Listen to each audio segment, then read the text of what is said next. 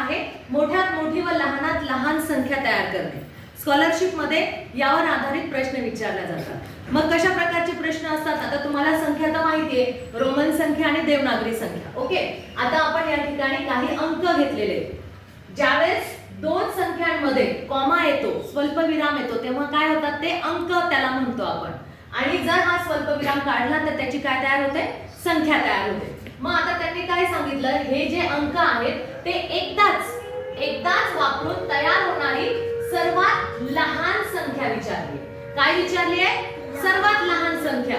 मग आता इथे तुम्हाला कच्चं काम करण्यासाठी गरज नाहीये. काय करायचे? ऑप्शन बघायचे आणि त्या ऑप्शन मध्ये सर्वात लहान संख्या कोणती येते तेवढी ओळखायची. ऑप्शन मधली सर्वात लहान संख्या. मग बघा 25,000, 27,000, 20,000, 20,000. आता मला सांगा 25, 27 आणि 20 कोणती लहान वाटती? 20. बर, मग आता दोन संख्या आहेत 20 च्या. मग या दोन संख्यांमधून कोणती लहान आहे? 3 नंबर. म्हणजे ऑटोमॅटिकली तुमचा पर्याय काय आला? 3 नंबर. इथे तुम्हाला संख्या तयार करून बघायची गरज पडली का? कुठून जायचं आपल्याला? ऑप्शन द्वारे. ऑप्शन मध्ये तुम्हाला उत्तर शोधायचंय. लहान संख्या विचारली, मोठी संख्या विचारली तर डायरेक्ट ऑप्शन मध्ये बघायची लहान संख्या कोणती आहे आणि मोठी संख्या कोणती. आलं लक्षात? आता पुढचं बघा. पुन्हा त्यांनी अंक दिले. हे अंक किमान एकदाच वापरून, किती अंक आहेत? 1 2 3 4, 4 अंक दिलेले एकदाच वापरून तयार झालेल्या 5 अंकी. आता आपल्याला काय तयार करायची आहे? 5 अंकी.